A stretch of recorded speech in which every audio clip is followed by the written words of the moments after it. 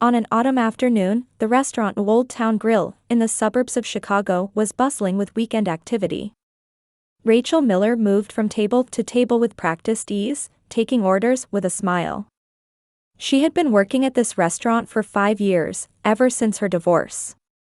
She tried not to let her fatigue show on her face, but sometimes when she caught sight of herself in the mirror, she could feel the weight of life etched in the fine lines around her eyes.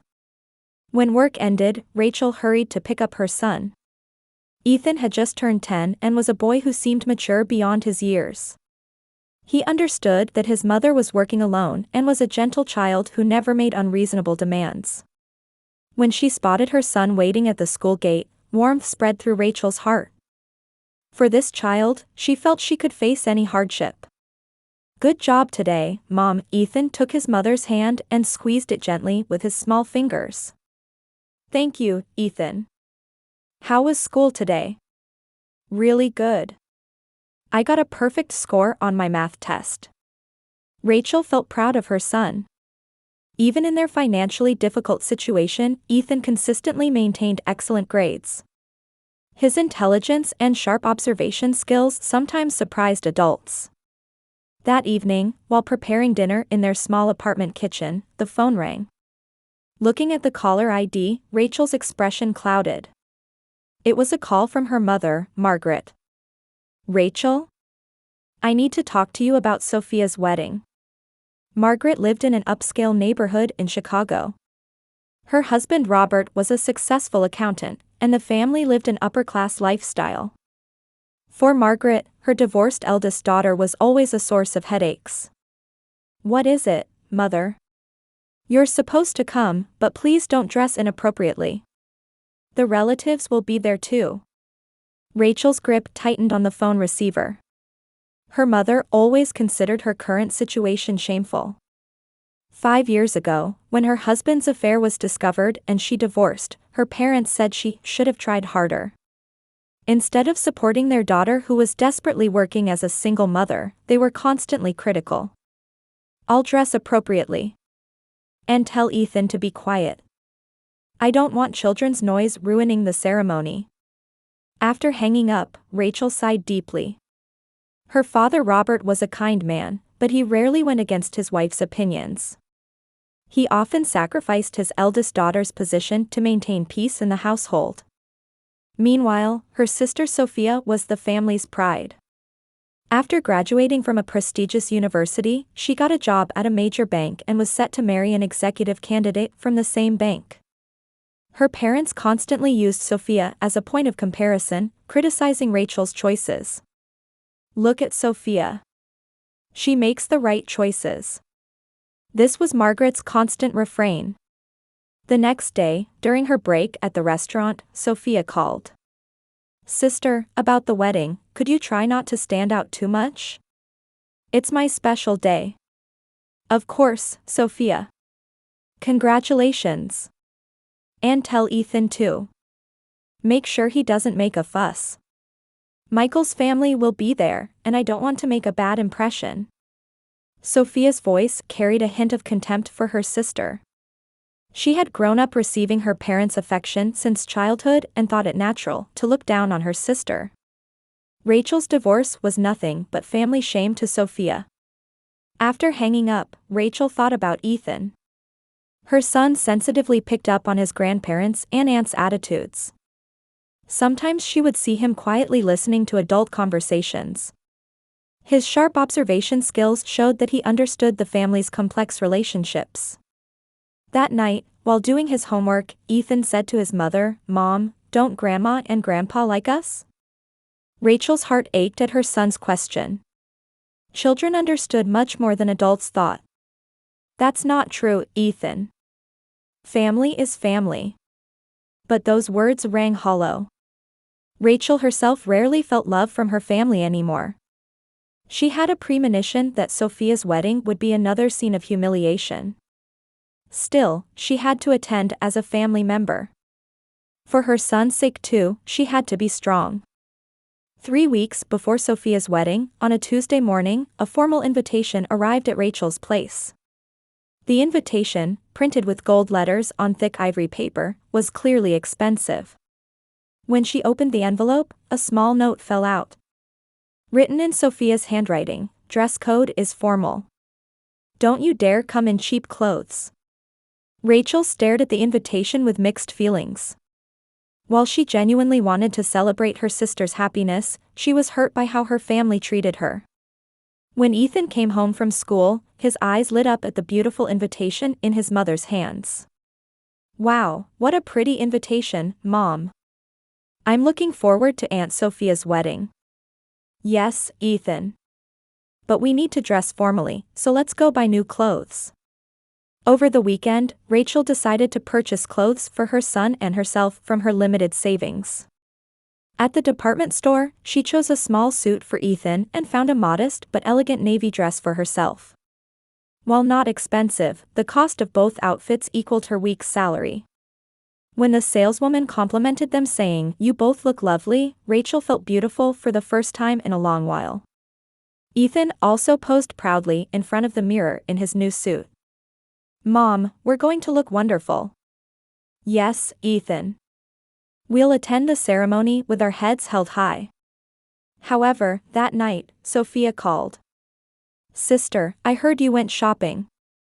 You're not planning to come to my wedding in some cheap dress, are you?" Rachel was speechless on the phone. She didn't know who had told Sophia about the shopping trip, but it was likely their mother. "I chose appropriate attire, Sophia. Your idea of appropriate and my idea of appropriate are different. Michael's family are people of high social standing. Don't embarrass me." After hanging up, Rachel stared at the new dress she had bought.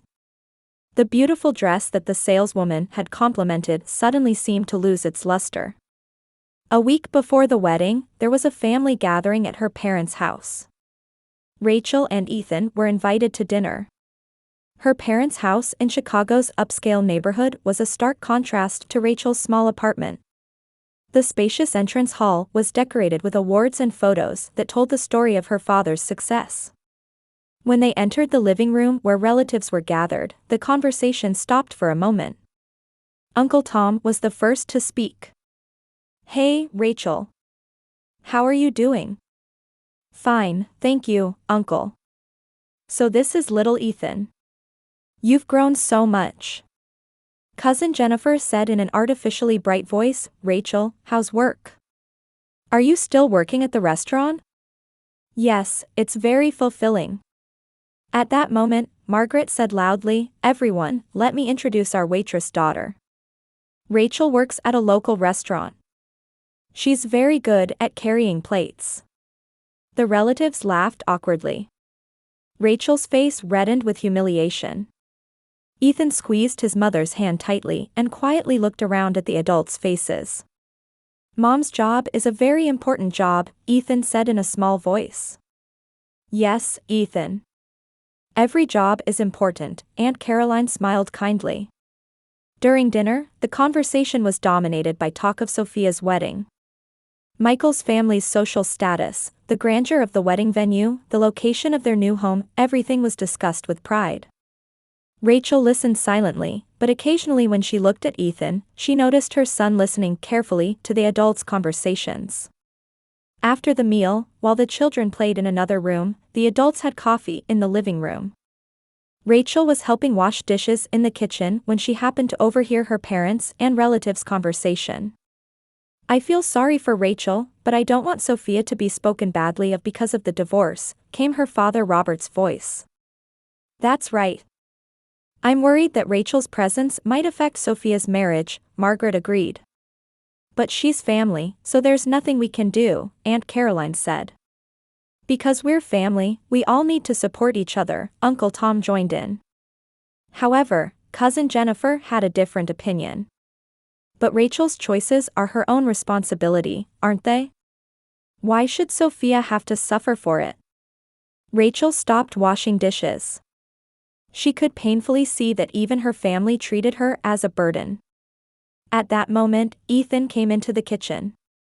"Mom, I'll help too." "Thank you, Ethan. But I'm almost done, so it's okay." As mother and son were about to leave the kitchen, Ethan suddenly stopped. Voices from the living room could be heard in the hallway. "Don't tell Sophia until after she's married," came Grandfather Robert's low voice. "But she'll find out eventually, won't she?" Grandmother Margaret said worriedly. "When that time comes, we'll deal with it then. Right now, let's prioritize her happiness." Ethan took his mother's hand and led her away from that spot. However, his grandparents' words remained in his head. It was clear there was some important secret. But Ethan didn't say anything to his mother. He understood that the adult world had complicated circumstances. In the car on the way home, Rachel said to Ethan, "Today was a long day. You must be tired. It was good to see everyone." "Yes, but Mom, I'm on your side." Rachel's heart warmed at her son's words. In the midst of feeling no support from her family, this small son was her only true ally. The day before the wedding, Rachel stood in front of the mirror wearing her new dress. The simple but elegant dress enhanced her beauty. Ethan also wore his new suit and looked like a little gentleman. "Mom, you look beautiful." "Thank you, Ethan. Tomorrow we'll attend the ceremony with our heads held high." However, that night, Rachel couldn't sleep. Thinking about the cold stares from her family, her sister's contempt, and the new humiliation that would likely occur tomorrow made her chest ache. Still, she had to be strong for her son. Meanwhile, Ethan also couldn't sleep. His grandparents' secret conversation wouldn't leave his mind. He intuitively felt that the secret would have a major impact on family relationships. However, as a 10-year-old boy, he couldn't fully understand the importance of that secret. On the morning of the wedding, Chicago's sky was cloudy. Rachel dressed in her navy dress and Ethan in his new suit as they headed to the ceremony venue. The venue was the famous luxury hotel Grand Hyatt Chicago, in the city, a magnificent place befitting Sophia and Michael's wedding. Stepping into the hotel lobby, Rachel felt a bit anxious about their clothing. The other guests were clearly dressed in expensive outfits and wearing jewelry. However, when Ethan squeezed his mother's hand and whispered, "Mom, we look wonderful," Rachel regained her courage. When they gave their names at the reception, the staff checked the seating chart and guided them. Entering the large ballroom, Rachel gasped. Gorgeous chandeliers hung from the ceiling, and tables beautifully decorated with white roses and orchids were arranged throughout. However, when they found their seats, the color drained from Rachel's face. Other tables had elegant place cards reading, "Miller family relatives," "Michael's family relatives," "college friends," but her and Ethan's seats had "single mother waitress" written in large letters. Moreover, their seats were in the very back corner of the venue, almost invisible to anyone. Ethan also saw the place card and frowned. "Mom, this is terrible." "It's okay, Ethan. Let's just stay quiet." Rachel pulled out her chair with trembling hands and sat down. She could hear relatives around them whispering as they looked at their place card. She felt suffocated with embarrassment, but she had to show strength in front of her son. When the ceremony began, Sophia appeared in a pure white dress, looking as beautiful as an angel. The sight of her father Robert taking his daughter's arm and walking to the altar was moving. Rachel wanted to genuinely celebrate her sister's happiness, but her heart was disturbed by the earlier humiliation. When the ceremony ended and the reception began, it was time for the host to introduce the family. Rachel tensed up. "Let me introduce the bride's family. Father Robert Miller, Mother Margaret Miller." Amid the applause, her parents stood up and bowed slightly. "And the bride's sister." The host showed a momentary expression of confusion. "Rachel and her son Ethan." Amid sparse applause, Rachel embarrassedly stood up. But at that moment, Margaret stood up and took the microphone from the host. "Everyone, thank you for coming to our daughter Sophia's wedding tonight." The venue fell silent.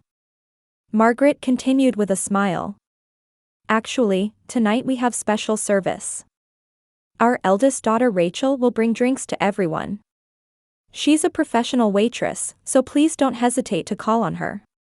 Laughter echoed through the venue. Rachel remained seated, unable to move.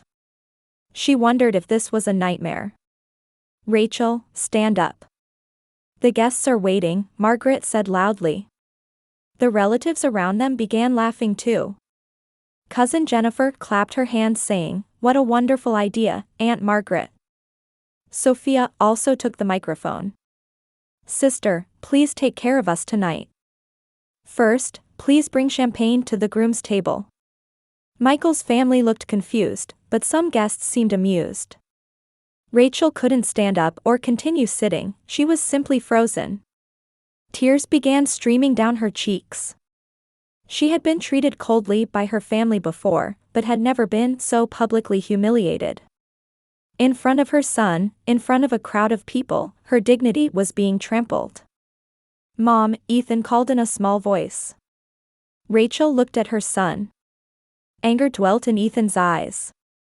He understood the adult's cruelty and was trying to protect his mother. "Oh, will little Ethan help too?" Margaret dealt another blow. "Please help your mother carry the plates." The laughter in the venue grew louder. Even Uncle Tom, one of their relatives, was smiling wryly. No one spoke up to defend Rachel. At that moment, Ethan quietly stood up. The 10-year-old boy straightened his back and looked around the venue. From his small body came a dignity that didn't match his age. Rachel tried to stop her son, but Ethan had already begun walking. He moved toward the center of the venue with firm steps. Walking up to the microphone where the host stood, Ethan turned around and surveyed the venue. The laughter gradually subsided as people watched with interest to see what would happen. "Excuse me," Ethan said. The host, confused, lowered the microphone in front of the boy.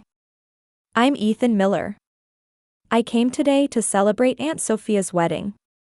The venue fell completely silent.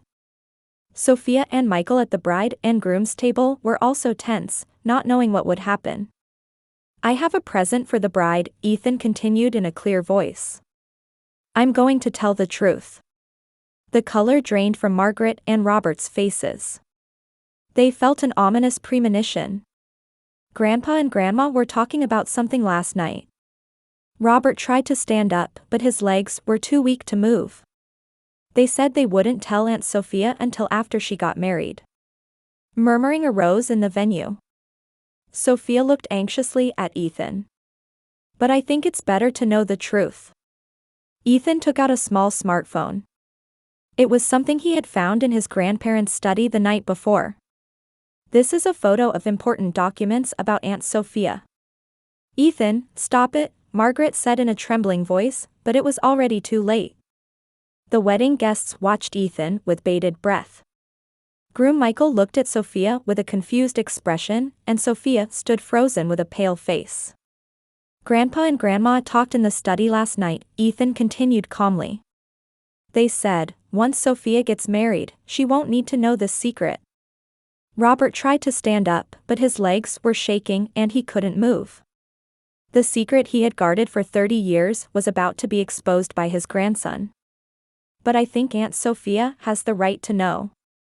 Ethan pointed his smartphone screen toward the venue. There, a photo of an old DNA test report was displayed. "This is a test report from 30 years ago. It was made when Aunt Sophia was born." The results were clear. There is no blood relationship between Grandpa Robert and Aunt Sophia. The venue began to murmur. Sophia covered her mouth with her hand, showing an expression of disbelief. "That's a lie. That can't be true." Sophia screamed. However, Ethan continued. "That's not all. I also found Grandma's old diary. It had the real father's name written in it." Margaret collapsed into her chair and covered her face with both hands. The affair from 30 years ago that she had desperately tried to hide was finally about to come to light. The real father is a man named Richard Harrison. He was Grandma's boss at the company where she worked when she was young. An elderly man stood up from the groom's side. "It was Michael's father." "Richard Harrison? You don't mean the founder of Harrison Investments?" Ethan nodded. That's right. But that person has already passed away. He died of a heart attack 10 years ago. Sophia stood stunned. Her identity was about to be overturned from its foundations. The fact that there was no blood relationship with Robert, whom she had thought of as her beloved father, was unacceptable to her. This is a lie. Ethan, why are you doing something so cruel? But at that moment, Robert opened his heavy mouth. Sophia, sit down. His voice was filled with deep fatigue and resignation. What Ethan is saying is the truth. Shock ran through the venue. Robert himself had acknowledged the facts. 30 years ago, I knew that Margaret had a relationship with Richard. But I loved her, and I loved you too. Whether we're blood related or not, you are my daughter. Margaret stood up crying. Robert, I'm sorry. I was young and foolish. But I've never regretted marrying you, not once. Mom, why didn't you tell me? Why didn't you let me know? Sophia asked tearfully. I wanted to protect your happiness. Robert loved you like his real daughter. I thought blood relationships didn't matter. Groom Michael approached Sophia in confusion. Sophia, what does this mean? I don't know either.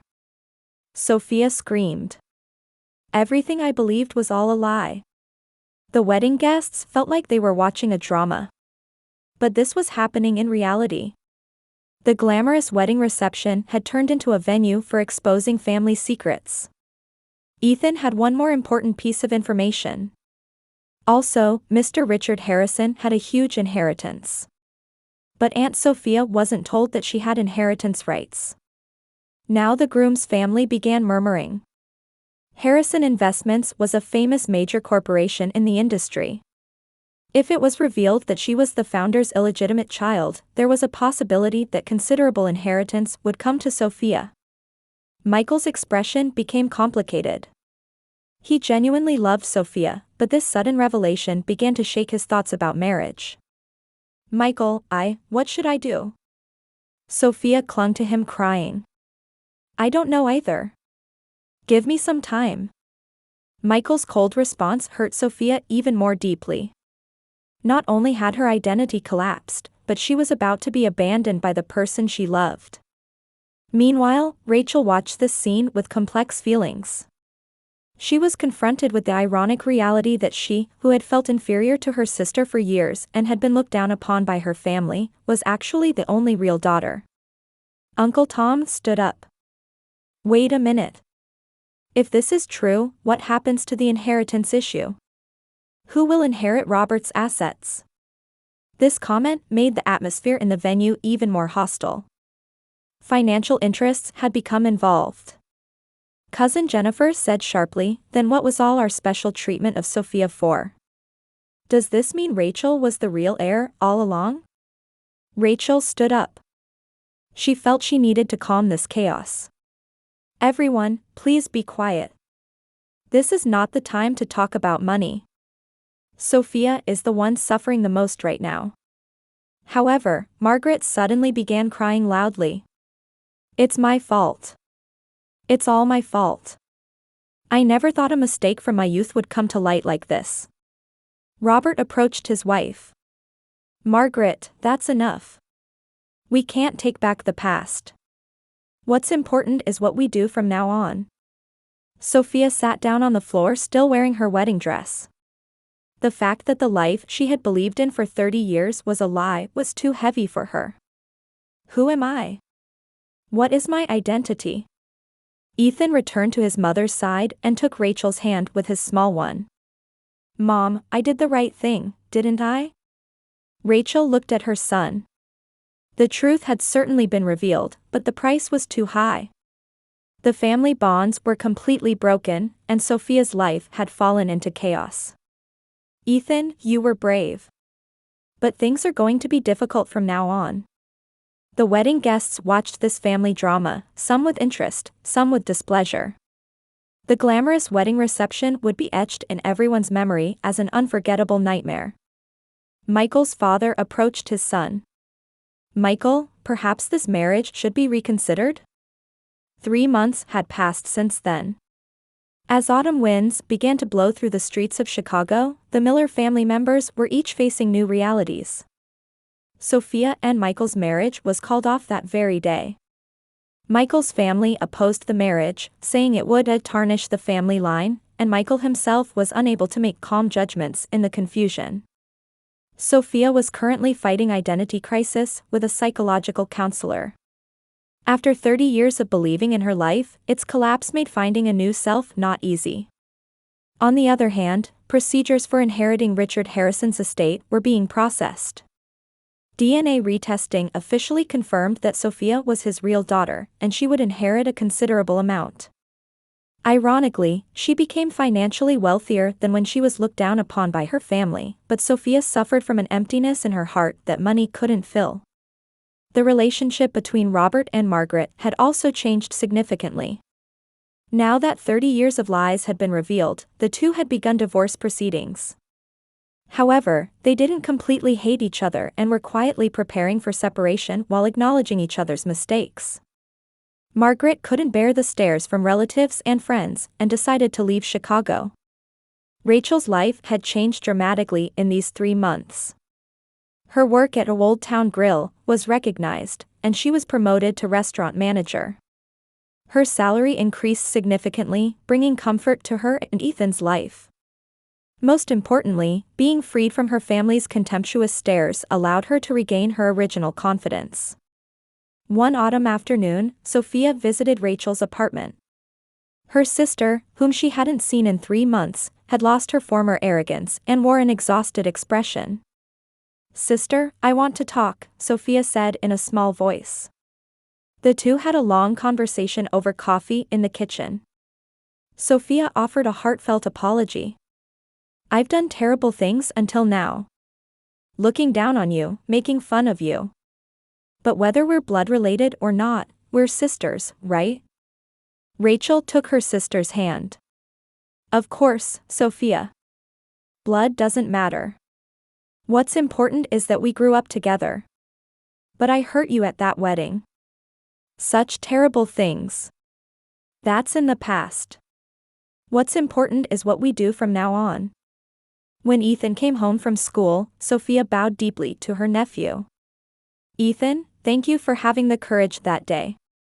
If it weren't for you, I might have lived in lies forever." Ethan answered with a mature expression. "Aunt Sophia, knowing the truth is painful, but it's much better than lies." That night, the three shared dinner together. The simple but warm meal became a catalyst for gradually restoring the family bonds that had been lost for so long. Sophia had decided to use part of her inherited fortune to establish a foundation supporting people in need. She planned to focus particularly on supporting single mothers and economically struggling families. "I want to help women who are working hard alone like you, sister," Sophia said tearfully. Rachel felt proud seeing her sister's growth. Her arrogant sister had changed into a compassionate woman through trials. A few weeks later, Robert visited Rachel's apartment. He apologized to his daughter for years of misunderstanding. "Rachel, I didn't properly value you. You were the one with true strength. Dad, I don't hold a grudge. Everyone makes mistakes." Father and daughter could finally open their hearts and talk.